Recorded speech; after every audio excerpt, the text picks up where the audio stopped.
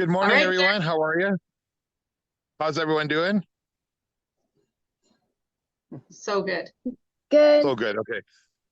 All right. Anyways, well, thanks for everyone taking some time out doing this live Zoom. I will do the best not to shake my camera here. But basically what it is that, you know what, we have such a weird winter, I think, based all throughout Alberta, except maybe down south got some snow, but I know up here north in St. Albert, we got nothing really for snow and stuff. And I know, there's so many hockey seekers, skaters that are like, when's it going to open? When's the rink going to open? Well, you know, all doing with weather, we'll have to see how it goes. So this was actually a good year to how to build hockey rinks and skating rinks without snow. Like, what do you do? Like, how do you do it? So I am going to switch my camera to show you. I'm basically going to go step by step and then show you how we start to finish, and going forward on, okay, how to do it with the board or without a boarded rink. So boarded rink is usually hockey, unboarded is just social ice skating. Just to also let you know that you know this, we actually opened up all our hockey rinks on Wednesday yesterday. So we have in St. Albert 14 hockey rinks. So we actually opened them all up. We're very lucky. We got a ton of floods on our rinks, and we're good to go. I don't know how some of you guys are out there in your municipality, but I hope my tips and tricks kind of help you out.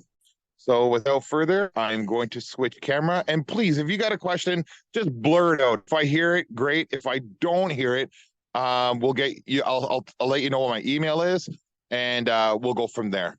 All right. So I'm switching my camera. Boom. Okay. So I'm going to introduce you to two of my workers here on the ice right now with the hose is Tim Rogers. He's waving. Over here, I have Amber. She's going to help us out. So yeah, so I'm going to show you first. A lot of people are like, Mitch, where do you get your water from? How do you do it? Like, do you bring in portable water? Well, actually, all our outdoor facilities have a flood shack. So we're pretty blessed. We're lucky to have that. So I don't have to haul in water. We just have a hose. Let's switch on a light here. So we have a hose and big rack. And depending on the size of the rink, like most of our hockey rinks, we have about 100 feet of hose, 150 feet of hose. And then it's all pumped out down from hydrant water, which is a well, all got heated. So they're all heated. And we just drag it out. We drag it out to our rink. And it's actually really simple. It's I gotta tell you, it's worth the investment. So this is our hockey rink. This is our boarded hockey rink. So you got low boards going up to high boards, all lighted. Everywhere is lighted. And we basically start, like, everyone's like, well, you're going to sit there and water grass all day long. It's going to be green by, May. Yeah, it probably will be, but you don't have a choice. So what happens is, I'm going to show you the edges. We start hitting the water really hard. And what you have to do, this is the edge. So this is a bad edge because of the sun. But as you can see, it's very light ice to grass. And what you have to do is you have to saturate that. If you have asphalt, absolutely, it's going to go quicker. But with grass, you have to saturate it and hit it hard. And saturate, I mean, is that once it gets by the frost line, which this year the frost is there's hardly any frost in the ground, but it will eventually freeze. And ice always starts from the center out. So when we go, we always start the center. As you can see, as I'm going closer to the center, you'll see the grass going away, white ice happening. And I'm walking like a penguin because I don't want to wipe out. That'd be pretty bad. If you see the camera flip up in the sky, I'm down. So this is our hockey rink without any snow. This is what we built on flat grass. And what we did was we basically started from the center, and ice grows center out. You could tell by the other edge where the sun doesn't hit much, that we have ice right up to the puck board. And you can see how low this ice is right now due to no snow. It's still a gap. And people are like, well, what do you do with the gap? Well, you can't do much. Water's going to go where water wants to go. But you can do some preventions from here. Like you can see there is a gap underneath. So what happens is that water is going to go, but on the outside, we actually packed it with some clay. So if you see here, we put clay on the outside. So we prepped this probably in October. So any low gapping, we just put clay on the outside to prevent any water seepage. And it actually really helps, believe it or not. So Hey, Mish, when you have, yeah, go ahead. can you show that clay again? Because your camera just Absolutely. froze for a second. Oh, okay, okay. I'll come back. Can you guys see the clay? Yeah, that's that better? Thank you. Yeah. Yeah, no problem. So we pack clay behind those low spots. And here's a better shot. You can see the clay. And it's a good buildup.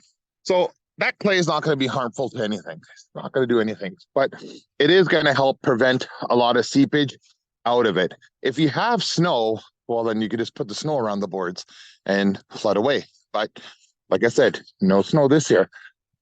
And this one here is established. We actually opened it up. There's tons of skate marks. Kids are already playing. We did take the nets off right now because I'm going to show you guys what to do when you have established ice and also what to do when you don't have any ice. Because right beside all our hockey rinks have a hockey and a social too. Like I said, if you read my Leisure Lines article, it will always say to try to accommodate for everybody and even wheelchair accessible, whoever. Everybody wants to come out and have fun, and it is a beautiful winter. So you always want to keep in mind, don't just focus on hockey, hockey, hockey. Try to accommodate where you can. It's all up to your community, how you want to do it. But we like to accommodate everyone. I mean, there's little guys skating, and last thing you want is a puck flying while they're skating. So with that said, I'm going to show you what we do here when we have established ice. So Tim is actually, if you read my article, it'll be like, make it like rain. Well, what do you mean make it like rain? And here, we're going to show you. All right, Tim, go ahead. So we always try to do 2 people flooding just to help with the hose. But if not, we do 1 person flood. So as you can see, he's kind of, I don't know if you could tell, but that's a little heavy, but he's doing heavy because it's going near the boards. And he's just going to let the water roll to the board. You don't want to hit the board. I am very anal about, you hit the board, it freezes, you're chipping it with a little chipper, because I want my puck board and ice to be perfectly square. You don't want to have ice buildup. Last thing you want is the people who are, play hockey. Oh, my puck is flying off the puck board. It should be puck board bounce and come back, just like regular hockey. So he's going towards that area I showed you where it's grass. So he's literally going to stand here and let the water roll into the grass. And remember, you're probably thinking, well, it's +2, +5. Yeah, but there's no sun. It will freeze. And whatever does not freeze right now will freeze tonight. Anything that melts in a day will always freeze at night. We all know that by driving on these horrible roads and conditions and whatnot. So he's hitting it with water. It's rolling towards the boards. And some comes back, but you know what, though? It stays. And I'm going to walk over here, as you can see with my foot. That's a lot of water, but that water is going to eventually freeze and join with the existing ice. And that is how you're going to get your nice edge. So that's that. And now, Tim, can you just put it on, like, how we do the maintenance? So like on a very tight stream, just a nice fan first. down the center. So right now he's just giving it some water. You'll get ripples. You'll get some deficiencies, but that's what a ice reciprocator is for. We have one that we pull behind a tractor. It is a Zamboni, but it doesn't have to be a Zamboni. Ice reciprocator, you can have anything as long as it works. And it will take out all your deficiencies, smooth it out, and he'll be good to go for skating. And he just works his way back. That's all he does, is works his way back. It's not rocket science, honestly. Well, I call it a science, actually, because indoor ice is so different than outdoor ice. You know, out here, if you get a chip, you get a rock, or not a rock, if you get a crack or chips in your ice, you take existing snow and you fill it in and you just flood over it with, you know, how we're doing it right now. But no snow, you just kind of let the water roll into the cracks, all of those spots. And trust me, it will freeze tonight. And the one thing we did was I changed shift work for these guys. So instead of working, we usually work 7 to 3:30. We came in at 5 in the morning. So we utilized whatever cold temperatures we can. I know I had somebody a couple of weeks ago ask me, like, what do you do with, trying to keep the cold weather? Well, that's what we do. We just kind of change our shift, which is a really easy and smart thing to do. If you can do that, is just, change your shift. Bring in some of your guys and girls earlier in the shift and utilize that cold weather. Because once lunch hits, sun comes out, you're kind of like, okay, well, I can't flood anymore because it's not going to freeze. But like I said, whatever is not frozen during the day, it will freeze at night, and you will gain that buildup. Usually with snow, it will take you between 4 to 5 days. It'll take you about 3 days to get a base. 5th day, you should be able to resurface it and good to go. Without snow, we started this process. I think we started about 3 weeks ago, guys? I think about 3 weeks ago. So we started about 3 weeks ago. So this is 3 weeks worth of flooding. As much around the clock as we could. We even utilized some of our midnight guys who are in transportation doing roads. They have nothing to do. So here we go. You guys get out there, find a rink, and start flooding away. I have 32 ice surfaces that we do. So, we were around the clock, flood. And St. Albert is quite hockey demanding people around here. That's the right words I used, didn't I? I don't want to use any other words, but so they're like, they'll find out where I live and they'll knock on my door and tell me when I can skate and when I cannot skate. So, so we have to, it's a bit of a panic. We always have an anniversary date. As far as I've been working here for 31 years, and that's right around the December 15th first weekend is when we open, and we got lucky. We actually opened yesterday all our hockeys. The social skating is not open yet. I'm going to take you there in a little bit and show you what it actually looks like without boards. Boards is a little easier to build. It's like a kind of hold things tight. When you're out, I'm going to switch back here. There. When you actually have no boards, well, water assists, wherever you put water is going to roll wherever, God wants it to roll. So I'm going to take you over to a social rink where it's not boarded.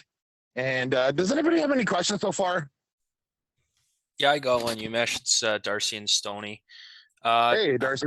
How many of your rinks are asphalt based? We only have one. We have one hockey that is asphalt based. We have 2 social rinks that were basketball courts. We put that on for social skating. So that's it. That's all we have.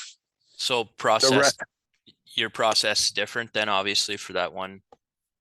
No, it's the same process. It's just quicker because it is asphalt. But remember, asphalt comes quick and goes very quick. Yeah. Yeah. But it's the same process. There's no different. You just water it. It's gonna, without boards, it will roll wherever it feels like. But when you have the cold temperature, it's like black ice, right? So once you hit it, it kind of freezes right there because that concrete's already cold enough where you don't have to worry about frost. Where on natural turf, you have to worry, is it frosted? Is it soft? Like we have no frost here at all. Yeah, we're in the same boat. So, okay, thanks. Just Yeah. curious. No worries. Anybody else got any questions before I go to the social rink? No? Shannon with the town of Okotoks. I had a question. Yeah. For nets, do you remove the nets every day or when you flood and then you put them back out? And how do you prevent them from melting in? Oh, okay. So we have schedules on our boards, and everybody here knows that maintenance is between our working time, which is 7 to 3:30. So every rink that we go to and we flood, we remove the nets, the goals, we take them off, put them onto the side, and we actually use them to open up our Zamboni doors. And then we flood. We actually don't put them back on the ice. We leave them out. We let the kids do it. We went from these big clunking goals to a little lighter ones that kids could kind of maneuver themselves. And the other reason was that we went to it. I don't know if you guys heard years ago down east, one of the goals, those big old goals, had fallen on a child and actually killed that child. So we switched to a bit of a lighter, still metal, but lighter goals. But yeah, we take them off, they put them on. Because Okay. if you leave them on throughout the day, you know what happens, right? The sun hits it and it just melts like a big, nice, you know, gouge into your ice. So that's one thing why we take them off. Yeah, for sure. Okay, thank you. Yeah, no worries. And yeah, any other questions? Yeah, Umesh, there's one in the chat. Jesse Yeah. was wondering, would you recommend saturating the grass before the first frost freeze point to try freeze the ground solid before flooding starts? Absolutely. That's what we're doing here. Like I said, like we started hitting the ground in about 3 weeks ago, and people, like, we even had residents, why are you watering the grass? Well, you know, and then we kind of tell them, like, this is the process, this is what we have to do, and we go from there. But yes, absolutely, it doesn't really matter either or before, but if you have a start date, like say for us, ours is December 15th is when we approximate, that's our opening time. If you have that and you don't have snow, pre-plan yourself. Like I said, we pre-planned 3 weeks ago to start. And actually November 7th, I think, was our first start date and to start flooding. But you know, you if you have no snow, you got to start putting water down there, because you got to bring, depending on your field, depending on what's underneath it, depending on where it is, elevation and whatnot, you have to pre-plan and how much of that water is going to go. We had some fields where we put water down, you turn your back, it's like, where did it go? We had some fields we put water down, turn your back, there's still a puddle, which is great. So it depends on your landscape scope of that. Does that help out?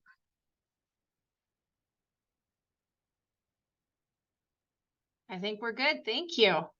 Okay. Anything else? Okay, I'm sure there'll be some after. I hope so. You know me, I'm a talker. I love talking about ice. Okay, I'm going to switch over. Here we go. Switch. Okay, so this is open field. So right beside my hockey is a field. It's just a field. And this is where we do our social. Same thing though. We have lighting, two lighting that, you know, you do the lighting canopy so you don't waste light. And this is completely a field, like look at it, leaves, grass, everything.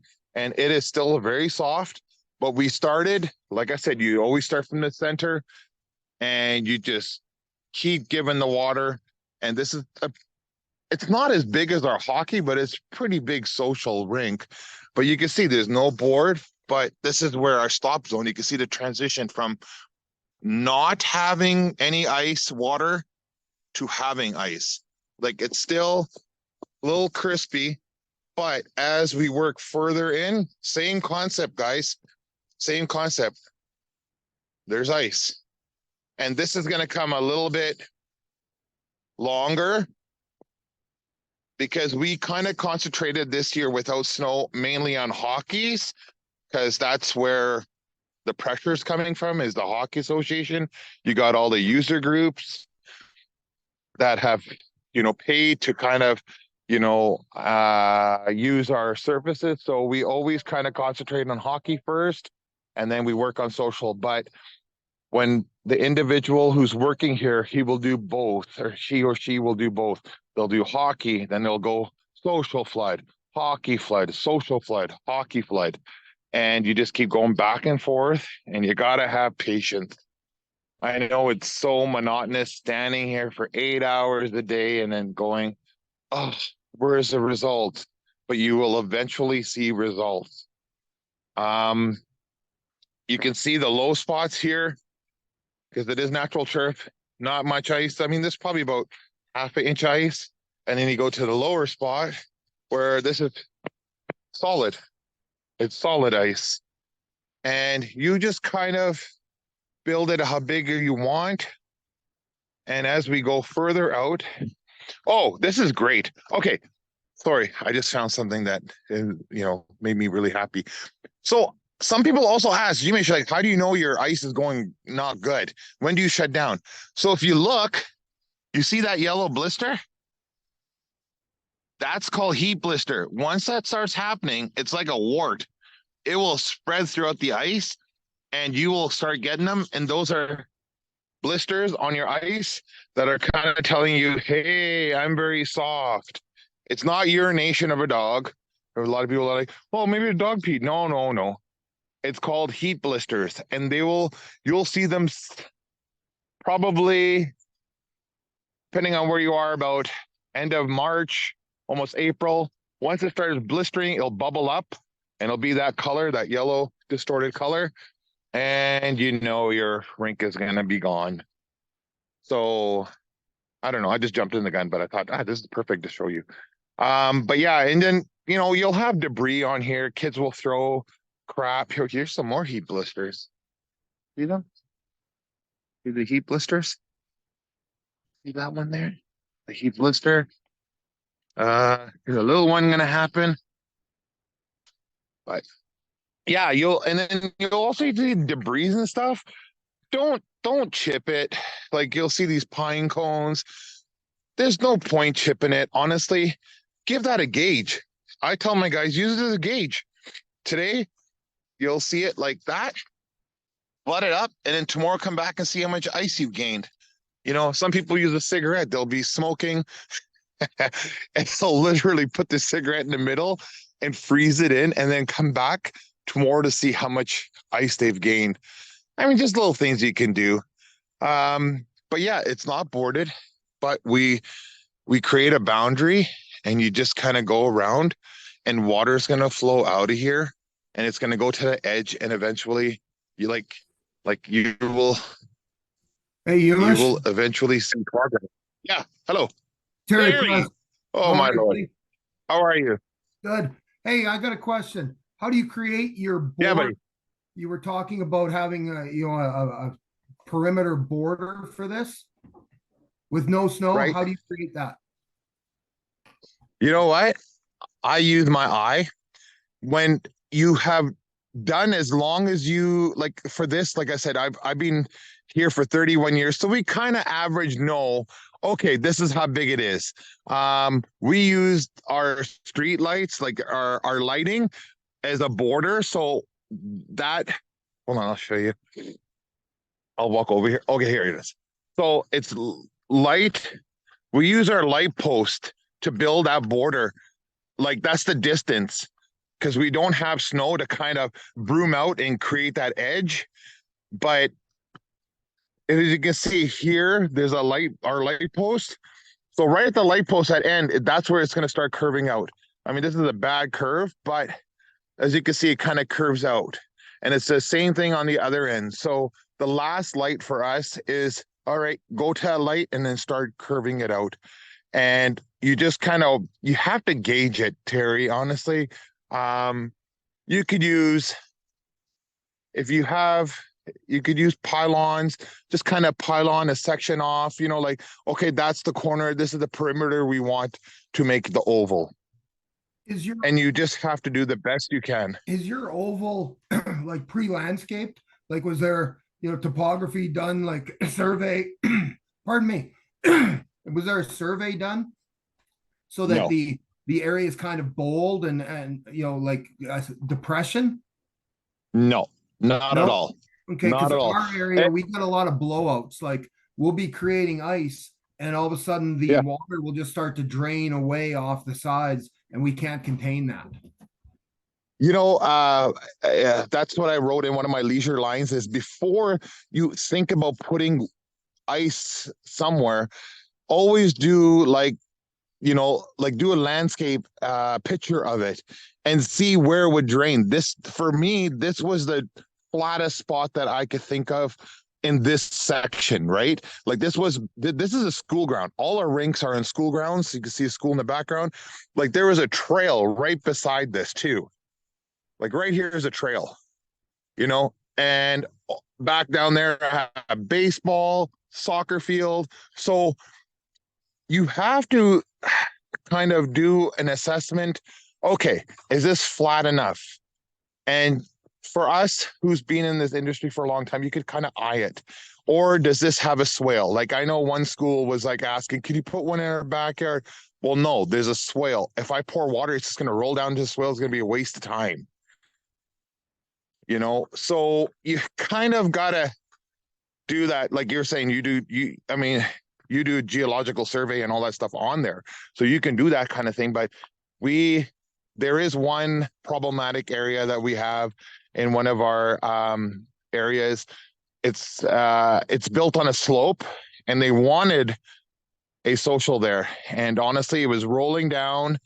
Terry, same thing. It'd roll down. It's a bit of a grade, and it would roll down, slowed, it would melt, and all that water goes on a sidewalk. So now I have created another hazard, and I hate that. But so what I did was, I went to the arena when they were scraping ice and taking ice out.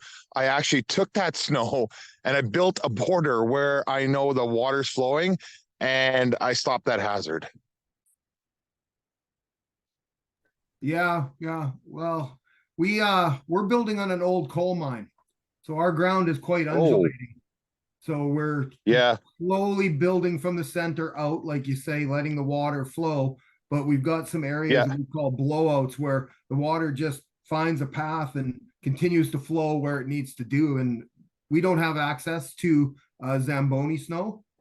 So we're trying to just build it with water, and without having snow, it's very hard. I thought you might have a couple of tips, but if you're harvesting snow from the Zamboni, that's definitely what we need. Yeah, just for that one area. And if you don't have a perimeter, Terry, do you have access to soil, like topsoil or anything like that? Or schmeg? Yeah, we've built up some of our lower areas with topsoil, and it seems to be really freezing in really nicely there. This year's definitely not as many blowouts as we've had in previous years.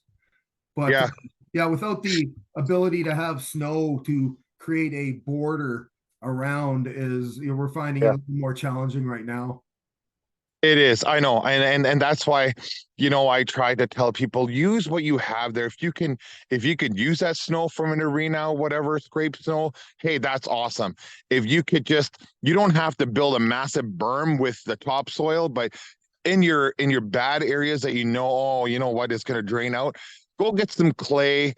Don't make a huge berm, because remember, you have to deal with it after the fact. But soil is perfect, because after the snow melts, you just got to buff that soil back into the turf, and hey, you know what? That's not going to do any harm. You could do things like that too. Cool. Thanks, man. I appreciate it. No worries, Terry. We'll talk later. You bet. Hey, any other question? Yeah, Umesh, it's Calvin and Lacombe. Hey, Calvin, how you doing? Good. Hey, so Well, you're obviously putting these every year back in the same place, and they look more like, you say, school fields. Yeah. We throw one in one of our downtown parks that is our main centerpiece. Right. What are you doing with sod kill and stuff after? Are you doing any? You know, there's only one area that you could tell that we ever had a um what do you call it, a rink put in there, and it's because of the texture, or I don't know what it is, but that place you can always see it's kind of like always like a kind of like a brownish. I mean, the grass grows in there, but you can always see it's the latest and you can see brown. But here, honestly, if you guys want, I will take pictures after my ice is gone and show you. You won't know that there was ever ice here. What you can do after though is use that water. Like, I know people are like, oh, it's going to burn, but it's not. Just remember, grass is warmer underneath that ice than it is on top.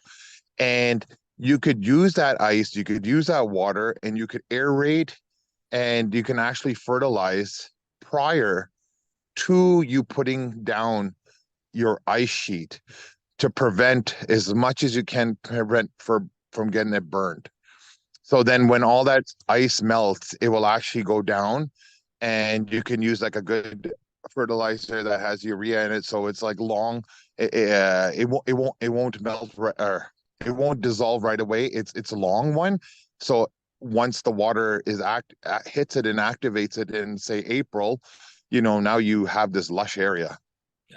Yeah. No. Have you ever also, we try to tarp in this because our problem in this main park, it's like I say, our main focal point. And then we start music in the park is so right shortly after. So we have about maybe a month to try and get this up. So we fertilize, we aerate in the spring or before we start. But we're getting better, but we still have some areas because we have so many big trees that obviously kill. Why do you put tarp down if you don't mind me?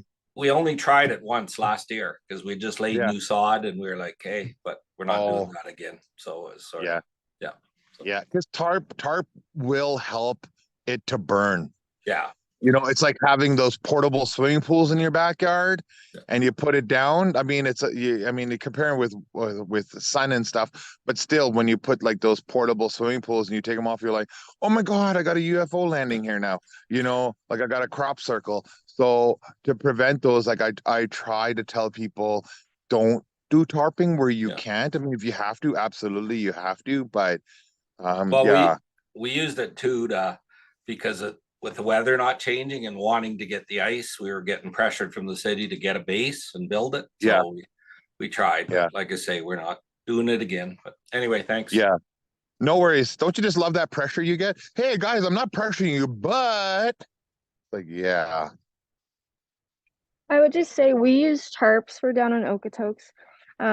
If you didn't recommend tarps for a region, what would you recommend? Just because we do get so much freeze thaw, it helps contain the water in. So is there something else you would recommend? Okay, now when you do the freeze thaw, does it drain somewhere that might cause a hazard, for instance, a sidewalk or residential homes or buildings where all that water could flow in and cause some problems? Yeah, that, and we usually use skid steers to maintain the rinks. So once we get a bit of water loss and then it could crack and then we have a lot more damage. So we try to keep it contained. I guess that's the reason why we do it. Yeah, that's the one big thing, right? Like if you have an area and if this is a thaw freeze area, like I'm not saying, oh, this is your problem, but it's tough. It's tough, right? Because I always tell people, some places you don't have a choice where you're going to put it and you have to do what you have to do. So in that instance, if you have a tarp to try to contain that water from going, there is also I don't know if you guys have ever seen, it's a bladder system. So you can actually inflate the outside and control the water for flowing. It's mainly for, like, say, your river overflowing during the spring onto sidewalks or anywhere else. And there's these big bladders that are water-filled bladders. And well, water or some sort of a thing. I think it even could be air. And you could actually put them around to try to contain that water so you can get rid of your trap, but you can put these big inflatable bladders around the perimeter of where, okay, well, if I think northeast, that's where all that water is going to flow. You could just put it in that section. So then you can get rid of your tarp, but yet you have a containment back there to hold that water from flowing into something. Okay, I will look into that. Thank you. Yeah, no worries. If you have any, if I come up with anything else, like I said, you know, my email is uchant@stalbert.ca. It is on the RFP website to contact me. Please feel free to contact me. I will contact you back. If I can't find an answer, I will soul search and try to get you guys answers and help. Thank you. Oh, there it is. It's right on there. No worries. Any other questions? Come on, there's got to be lots. We've got a question from Okay. Scott in the chat, and he was wondering how you keep hockey players off your social rink. Like, do you use signage or what do you do? Okay, so I'm going to show you a signage of ours. That's a great question. So here, this is the social, right? And then on our light post, there's our, can you guys read that? Not really. Okay, so basically it's a sign that says skate at your own risk. This is a social surface only, period. Sticks and pucks are not permitted. Helmets are recommended. And then the bottom disclaimer, the city is not responsible for lost or stolen items. For general inquiries, please contact our number. Call 911 in case of an emergency. Now, we are not policemen. We are not policemen. We cannot police or enforce. We can only educate. And so what we do is, this is why I try to have two skating areas in one area. Now, this is one area of so many for us. So if I'm driving my city truck or any of my guys, and we see guys playing hockey on our social, we'll come pay them a visit and kind of educate them and say, look, like, you know, you're going to hurt somebody here. You got flying pucks. There's no boards, no nothing. Why are you not using the hockey? So we'll try to do that. And also, we don't put our hockey nets. If you put a hockey goal on that social, it is you're now you've just invited everybody to play hockey there. But yeah, we just try to educate, but we educate by signage. We educate by seeing them and telling them, like, look, you know, don't do this, don't do that.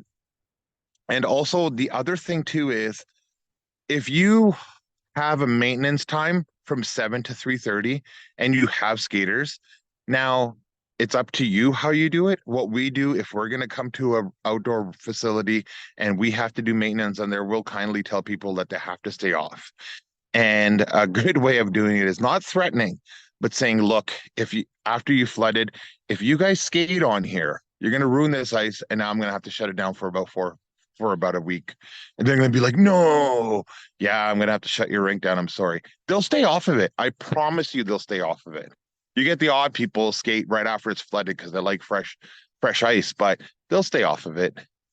I don't know if that helped out, but yeah, signage, education, and try to not keep your hockey goals on that social to invite them to play hockey.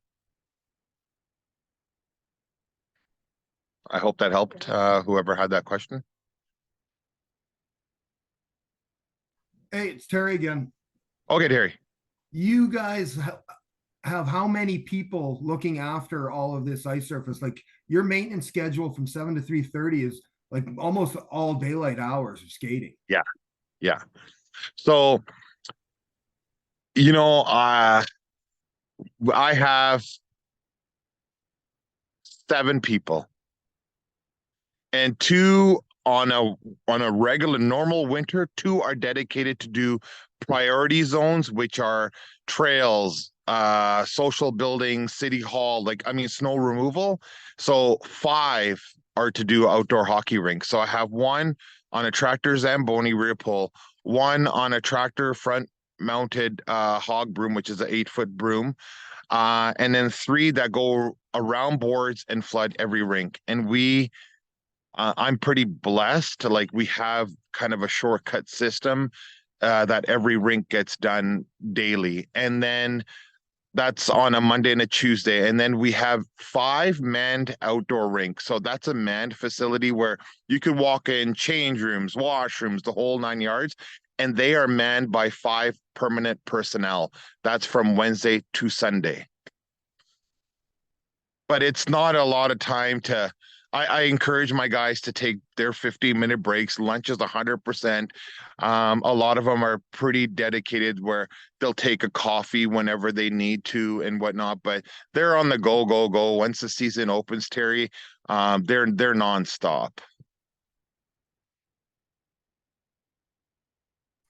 So you said you had 19 rinks you look after, right? Oh no, 32.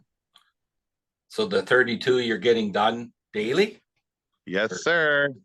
And your, the with 19 sorry, I have 14 hockey boarded rinks, the rest are all socials, and one is Lacombe Lake, which is I have to go there this afternoon. I'm gonna do some measuring and I'm hoping to flood that and open that up. So your tractor pull Zamboni, is it only doing your boarded rinks then? Boarded, yes, boarded. In the initial, once we have established ice, he will do every surface just to flatten it all out, scrape it all, take out any deficiencies. After that, he is only concentrated on hockeys. And the other ones, if there's some snow on there, we use that. We call it a hog broom, which is a big tractor with a front mounted broom. He will broom off all the social ice. Cool.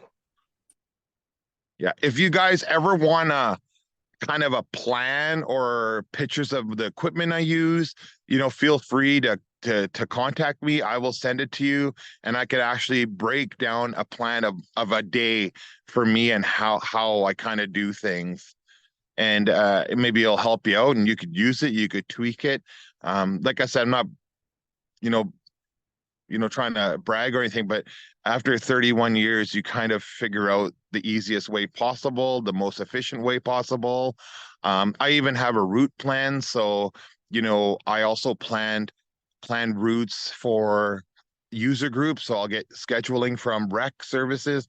They'll say, okay, Umesh, on Monday, Wednesday, Thursday, they're using this ice. On whatever day, they're using this ice. So I will make sure that if we cannot get flooding done that day, that those rinks will be flooded and ready to go for the user groups. So it could be a minor hockey or whatever it is using it.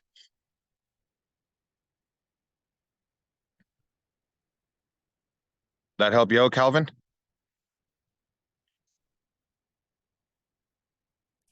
Yeah, that was great. Thanks so much. All right, man. For those 5 staff that you have, do they do anything else throughout the day, or I guess even throughout the winter, or are they strictly just rinks? Do they do pathway maintenance or garbages? No, they're strictly just at those locations and they stay there. They actually drive their personal vehicle there, and that is it. That's their home for 8 hours. So their shift is from 2 to 10. Okay, thank you. Yeah, you bet. And we usually use casual employees, so it's not permanent. Permanent employees we don't use there. We only use casual help there. Okay, so they're seasonal staff usually? Yeah, seasonal staff, absolutely. Most of these are, in the summer, they're either doing landscaping, cutting grass, or maybe asphalt, water waste or something. And we kind of keep them on and then lay them off and then bring them back. Okay. Yeah. Umesh, you don't run into any issues on your social surfaces by just brooming them as opposed to grooming or with a Zamboni attachment?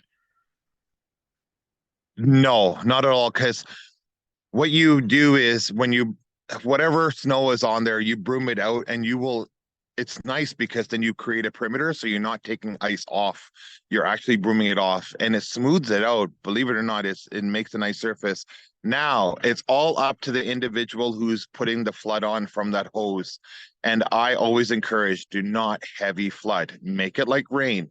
Just give it a nice light coat, and off you go. And it actually is very smooth. Okay, thanks. Yeah. And if they do run into issue, you know what? I'll zip a Zamboni over and we'll just, crank it down a little bit and just shave it off and you start again. Umesh, one last, you guys don't do any storm ponds, right? For any skating surfaces? No. Remember, a storm pond is a facility that is a zero no-no. You don't know you have water going in there. Water's always moving. It's a facility. It's not a skating surface. We frown upon them. We have signs, do not go on, may cause injury or death. Like everyone is signed off.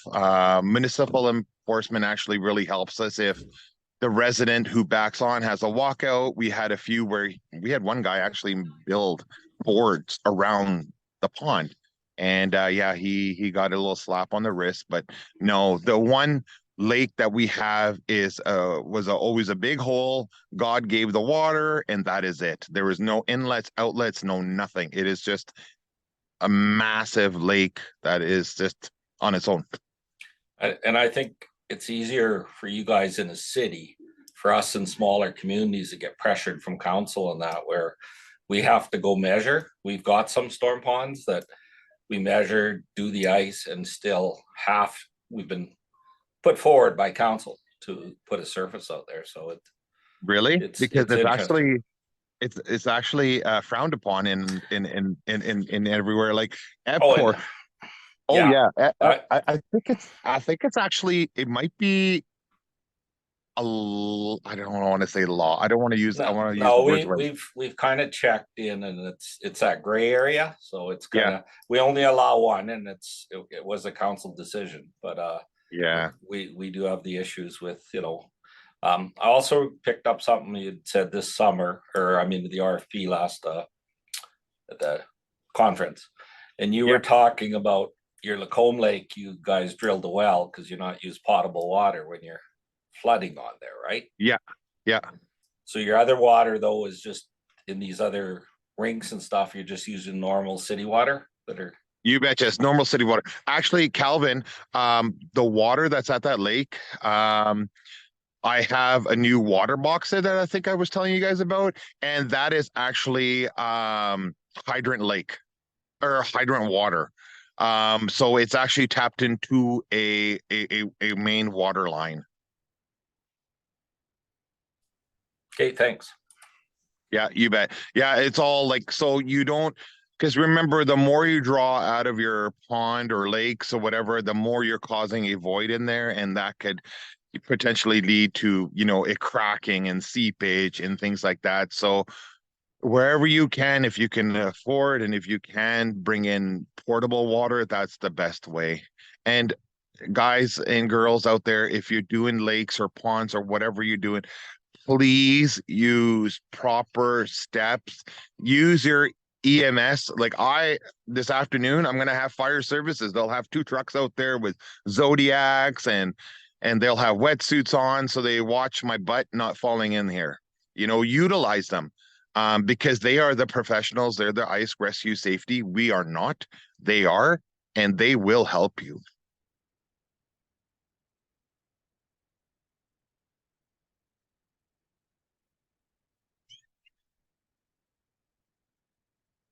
What else we got on the board? I like this. This is good. Umesh, Terry again. Yeah. Do you do any skating trails? Not just open oval surfaces, but skating trails? Yes, sir. The last couple of years since COVID, we kind of developed like, okay, well, let's make some, we call them freezeways. So we have two freezeways, one in Rotary Park and one at Lions Park, and they're actually trails that we made in grass, natural. They're all natural. They're not on actually asphalt trails. They're on grass, and we've made, and it's nice because we put lights and some have music. So, we've done two, and we may go forward with a few more because there quite was a good success on those. Do you have water at those locations, or are you bringing that in? And if so, what are you utilizing to lay it down? We're actually using a water truck that we actually modified this truck. It's like a 5-ton or 3-ton. We put water on there, a big tank, and we put a spray bar on the bottom. And so they go and gravity drops, and that's what they're using. It's basically a water truck with a spray bar. It's not a big one. It's like I said, is a 3-ton truck. Where do you get the water to fill up for that? And how do you get, apparently right now it's not a problem, but road grime, all the salt and sand from the road off of the underside of the truck before you go onto the trail? So the guys, it's not a far distance at all. So we kind of, like I said, this is where you do the planning, right? Like, okay, well, where's our water source? Because we're not going to go from Public Works drive down the road all the way. So these are in the park area where actually it's a secluded facility that we have. Like one is by our football artificial turf area. So these guys, literally, it's not even a minute drive. So they fill up and they go, and the road, there's zero grime. So it's not, they don't even hit a main road. They just kind of go through the field. Okay, that's good. Thanks, man. Yeah, Terry, that's the thing I'm talking about when I always say, pre-plan, think about every option you can, like from benches to garbage cans to, if you're bringing portable water in, okay, well, how far do I have to go? Is there a facility close by that I could just fill up and go? Things like that. I know it's tough, and so many everyone's got their little niche, and it's always tough, but you just got to work with what you can. And I mean, if you have that issue where you're bringing in portable water, well, when you get there, what makes you say you can't take the hose? I mean, yeah, it depends. You don't want to freeze your wheels up, but you kick any debris off, try to do the best you can. And if you did get any grime, it's only going to be probably the first maybe 15-20 feet. Put some snow on there and then freeze over that snow so you don't see that road grime. How's your skating surface looking right now? Like, you've got your outdoor rinks open, but how's this skating trail down at Lions Park? What's it look like? They're all open. They're like glass. You Zamboni these as well? We Zamboni the initial just to get any deficiencies out. After that, we don't Zamboni.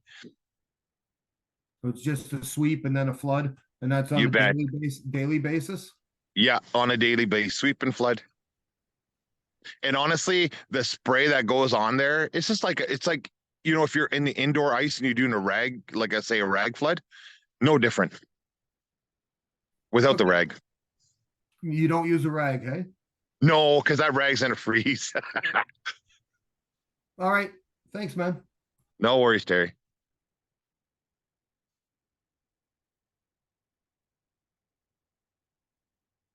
Any other questions?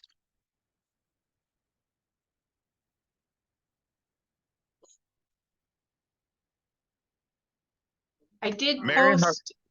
Yeah, go ahead. Hey, I did post 2 links in the chat about stormwater facility safety, one from EPCOR and one from Alberta Munis. So the one from Alberta Munis has a study attached to it, if that's helpful for anyone when talking to council or any of those people that might be putting some pressure on for those ice surfaces. Does anyone else have any questions for Umesh? Yeah, I've got a question. It's Brock Levins from Pincher Creek here.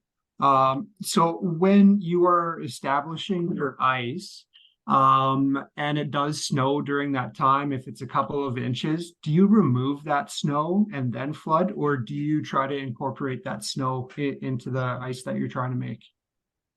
Good question. So, depending on if you have established ice, I remove that snow because I don't want to restart again. If you are just building, absolutely use that snow, pack it down. And what I mean by pack it down is if you have the ability to have a tractor go in there and flatten it all and pack it down, you will have ice in 2 days. I'm not going to guarantee it, but I can make sure you will.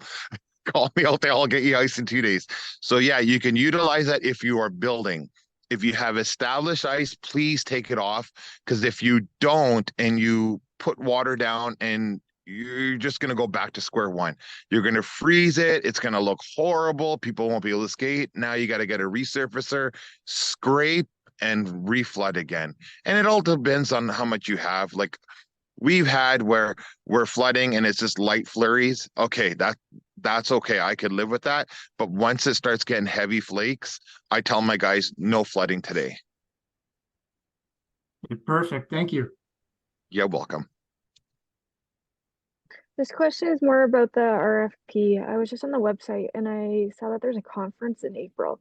And I'm just wondering if that conference would include any of these topics. Yes. If you come to my bull session, I will help you out. Okay. Absolutely. You don't worry about that. Like we do a parks bull session. So that bull session is any question, any time of the year. It doesn't matter. And Marion, is that part of one of our subjects because I know I did it last year. Are we doing that one again? I'm sorry, I have a bit of a brain freeze. That's okay. We don't have our program out yet for conference, but we always have like with our streams. So we'll have an arena stream and the park stream, which we can cover topics such as this. We'll have more information on the program coming up in the new year, but you can expect that we'll talk about this in somewhere in there. And this is my plug.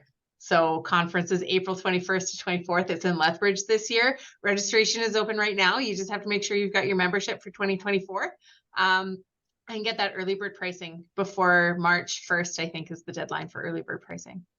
But we will talk about, we'll talk about all this kind of stuff.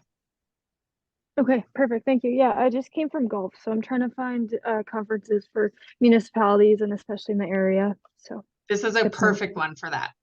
Awesome. Oh, okay, 100%. thank you. And I'm not even just saying that because it's our conference. It really is good for it. Okay, I believe you.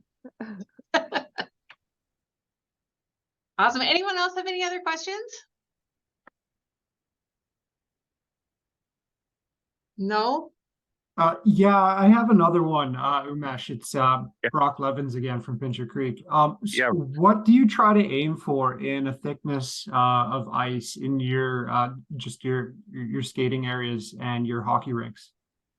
Okay, so like right now, I probably have maybe an inch or two, but normally that puck board would be it would be probably an inch below the puck board. So I would probably have between 5 to 6 inches of ice on my rinks easily by the end of the season.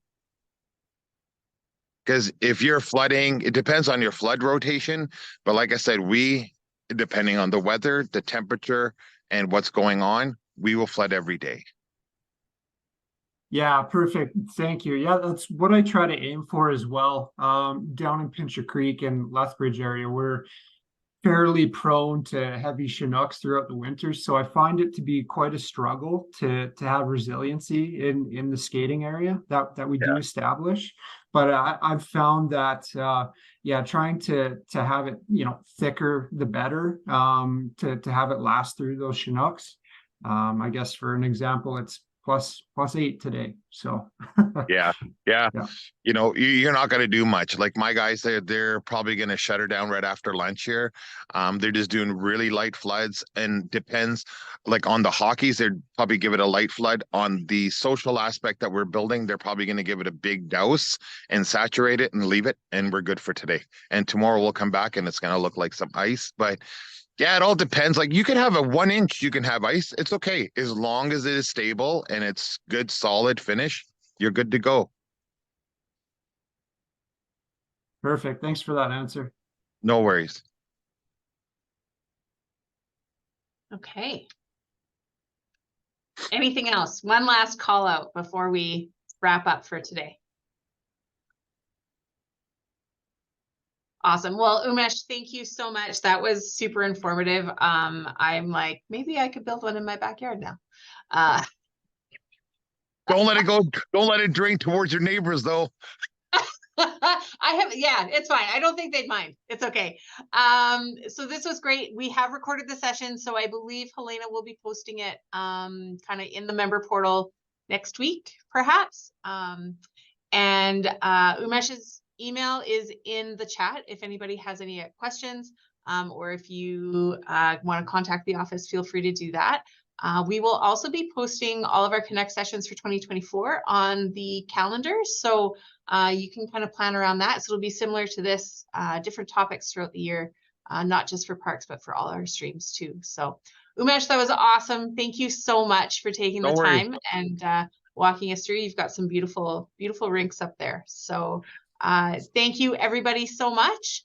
And we will see you again soon. I hope you all have a great holiday season and take care. Thanks everybody. Thank you. Thanks, Umesh. No worries. Thank Thanks you for your all. time. Yeah. No worries. I'll hopefully see you guys all at the conference. Yes, April 21st. Register today. Thanks, Vince. Marion